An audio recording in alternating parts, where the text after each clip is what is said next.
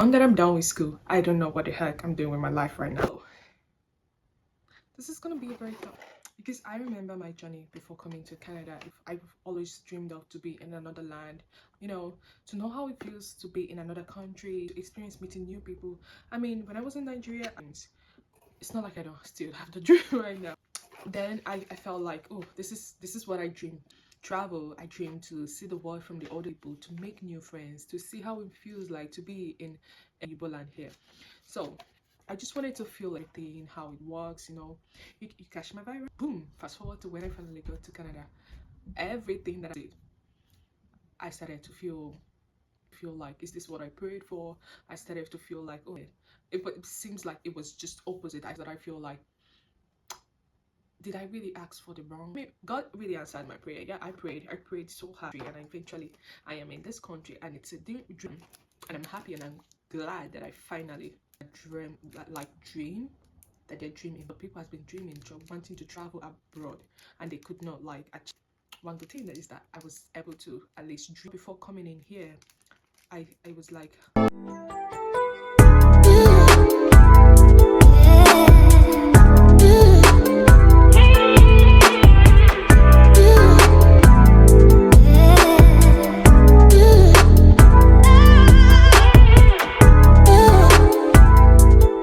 So, okay, I never thought I would be sharing this story, though I know I wanted to share my story out there so that people could learn my experience, knowing that I came to Canada alone. And honestly, Canada wasn't just about opportunities, and there's a part of the story that I've not really shared to you guys. I've not really fully exposed to you guys what I have that's going on with my life and everything, things that happened, what happened before coming to Canada.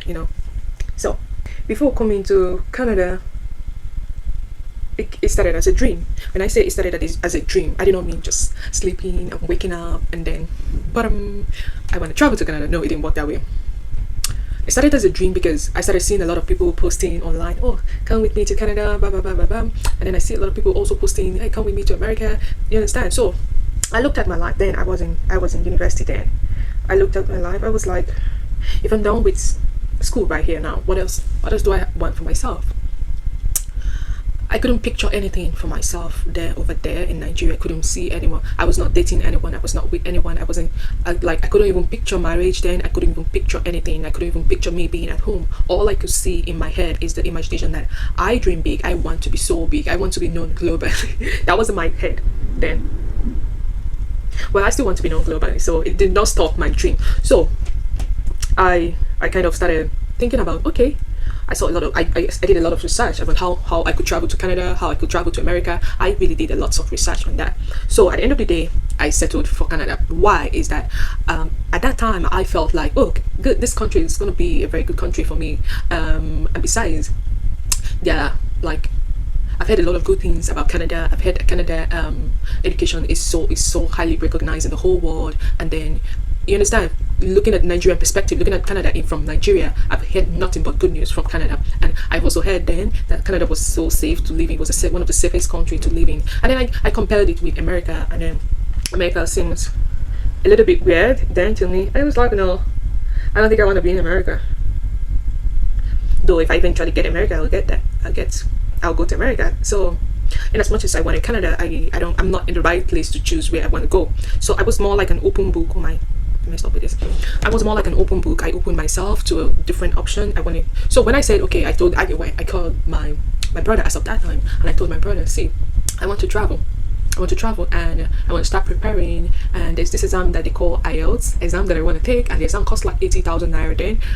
And he was like, Chidiogo, I'm so sorry, I would have supported you, but then I don't have money to support you, so I don't know how to help you right now. Okay, when he told me that thing, I was like, okay. I just said, let me try my luck. I just wanted to hear if someone would just be like, oh, you really want to travel abroad? Gosh, I'm gonna support you. Let's start. How would you like to start? That was just what I thought in my head, that he would be so supportive of me and everything.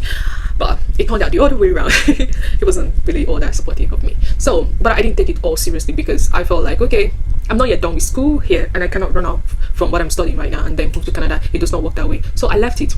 That was in 2018. So I left it.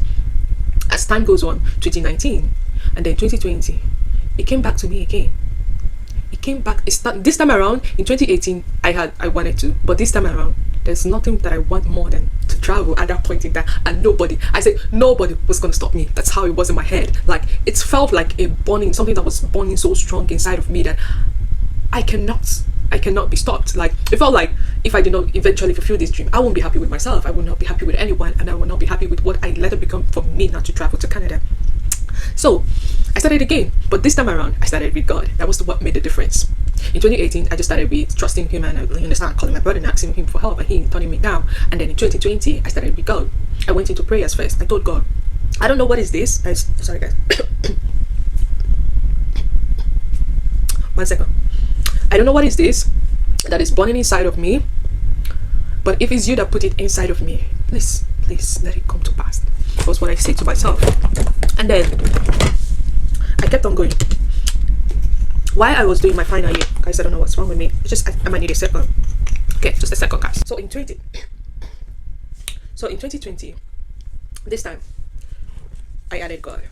Because in 2018, I didn't add God. I was just trying my luck. I know whether it's gonna work. But in 2020, I said, okay, I'm gonna start 2020 with God, and I'm going to tell God all of my plans and see what He says. So I told God my plans, not knowing that God actually had the same plan for me. That's funny, right?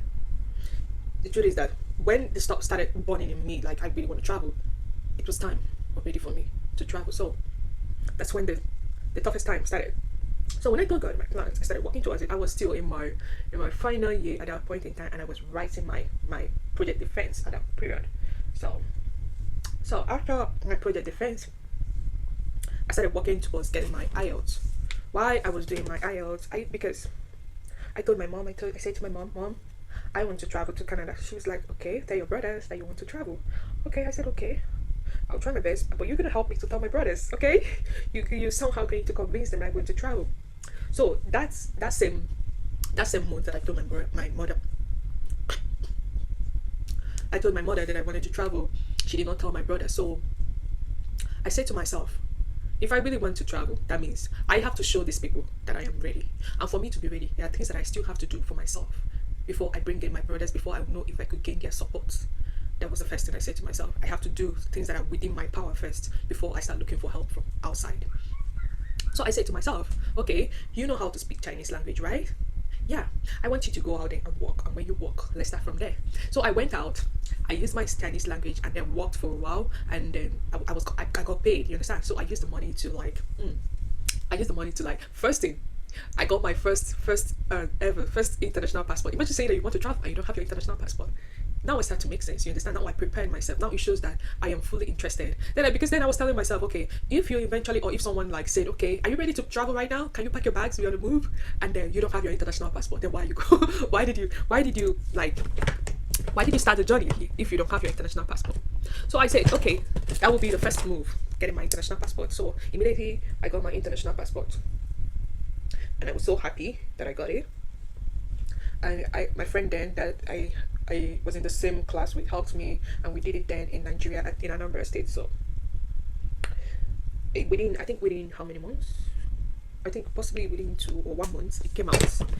But then I have to keep telling my friend, okay, is it gonna be ready? I know I keep pestering her. She at point got mad at me. She got so mad at me, but someone that wants something, you don't care whether people are mad at you. You just care about what you want, okay? You just, because I want it. I have no choice. I don't have to say anything. So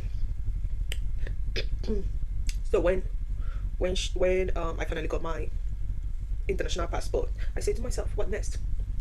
I started preparing to write IELTS, because while I was doing this, I was using the internet a lot. I was asking questions on the internet. If you want to travel to Canada, what will you need? You understand? So I said to myself, okay, I think the next thing is to look for school that you really want to travel to, because I wanted to follow a study route. I wanted to get an educational background from a foreign country.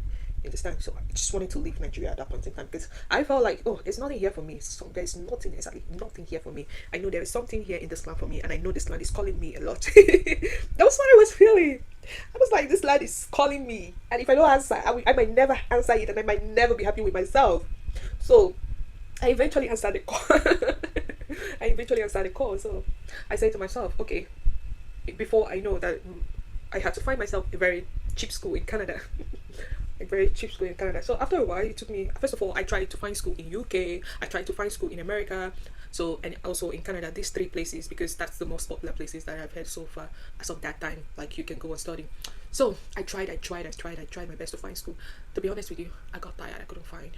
I said, okay, in all these three schools, based on the research that I have done so far for myself, there is one thing that I know that most of these schools require most before you travel, before you even be able to like get admission, you understand, was IELTS. I said, okay, is there any place that I could register for IELTS around me? And one day, why I was like, oh, I think I missed this part. I think I missed this part, the part that's the person that motivated me. So when I was like preparing to go for work, I studied Chinese language so I could speak Mandarin. Before I prepared myself, I was really, really like, I had to go back to my book and really practice and learn with my friends then. So one day, a girlfriend of mine, then we were not really close, but a friend of mine that we were really practicing the Chinese language with. So she wanted to travel either China or America. That was when I know she had the plan to travel to America to further her education. And guess what? She studied the same program that I studied. It's just that it was in different years. So I was like, one day she just mentioned that she just did an interview at the US Embassy. I got interested. I said, okay, tell me, how was it? She was like, when she got there, immediately she told the woman that she speaks Mandarin, like Chinese language. The woman was so happy, you understand? She was like, oh, you speak Chinese. It's more like, according to her, it's more like the woman forgot what they were doing there and was so interested in her Chinese language. And that's how she was able to like pass the interview. And it worked for her. I got so interested. But then, after that day, I was like, okay, let's see how it goes. After the day, I don't think I had that conversation with the girl ever again. And months after, probably after like 2-3 months, and I heard that the girl traveled. I was like, no, what was I waiting for? Then I asked, where did you travel to? She said America, because I had a contact, because I had to message her. Where did you travel to? She said she's doing her nursing program in America, and she's in America right now. Oh my, I just opened my mouth. I was like, oh, why can this not be me? Why can this not be me? You know what? At that point, at that moment, I don't want to cuss at this life. I don't want to cuss at this place. But I swear to myself, I say to myself that I, Chidiogo Ezebube, must travel abroad, and not just travel. That I will go there and study abroad. That I will go there and become that person that God has destined me to be. That was what I promised myself. Gosh, it felt like a different kind of me was given in different new garments. I was given a new garment of oh my god, the sky could not close me. When others were thinking about doing their defense and everything, I was already in Canada. That was how you felt at me. That was how you felt at a point in time. I was already in Canada. Others were thinking, okay, let's prepare. I was already thinking about Canada. So fast forward forward. When I was now doing my IELTS, I went for the IELTS. Then while I was in that IELTS class, that's where I met new friends. That's where that's where exposed me. So thinking about that point in time right now, I was just trying to understand something. If you're pushing a dream and you want that dream to succeed as fast as possible, and you feel like you're stuck and not moving forward, go and surround yourself with people that have the same mindset as you. This is not something that you'll hear everywhere, but I'm telling you from experience. Every single people in that room, IELTS class, have the same mindset. What is the mindset? They all wanted to travel. So that kind of gingered me every single day that I wake up in the morning to show up in that class. Trust me, there are days that I will wake up in the morning and I don't want to be in that class. Can you guess what? Can you guess why? Because if no one told you this, let me tell you now. IELTS is not a shout play. Because when I was preparing the IELTS, it was so tough. It was so tough. Now I was like, what? They didn't tell me. They didn't prepare me for this. They didn't tell me that this is going to be a very, very hard thing to do.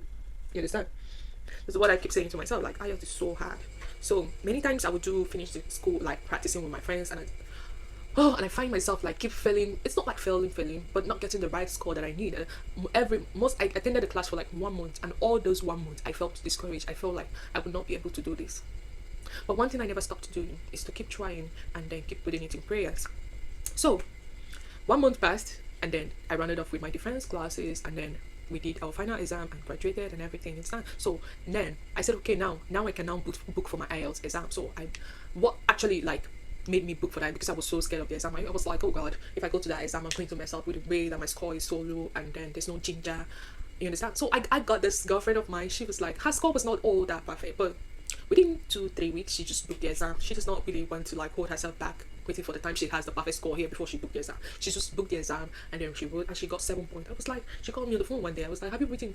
Have you written? I said, no, I've not written. I'm still waiting to be done with my school. Yes, that I was not waiting to be done with. I was so scared inside of me. I just did not want to collect the money for that exam and go and fail. That was my fear then. So she was like, okay, I've written, and I got 7.0. I was so happy for her. It's like, gosh, what am I still even doing in these IELTS classes? I came before her, and she's already written the exam, and she got the mark that she wanted, and that was the score that she wanted. And I was like, if you keep doing that to yourself, you might never come out of this. So she started pushing me. She was like, go and write the exam. I tell you, go and write it. If you wait till you're prepared, you might never be ready. Just go and write it. So after a while, I mastered the courage, and I paid for the exam. When I got to the exam hall, oh my goodness, I can't believe IELTS did this to me. When I got to the exam hall, in the listening part, it felt like I only heard the first part. You know how IELTS just keep talking and just not pausing. They don't have comma when they're talking. I'm sure of that. They don't breathe when they're talking. No, they use British accent and all of that. So in the first listening, which is the listening part, I did the writing, not the computer base. I heard only the first part, and when it was heading towards the last part, I did not hear anything. I did not hear anything. I was just hearing noise in my head. Oh my goodness, Jesus! I was just hearing noise in my head. So I was like, oh man. At the end of that listening part, I said to myself, Chicago, this is not how you're going to feel. This is not how your story is going to end, and you're not going to come back home with a disgrace. Did you hear me? I said to myself, I said, no.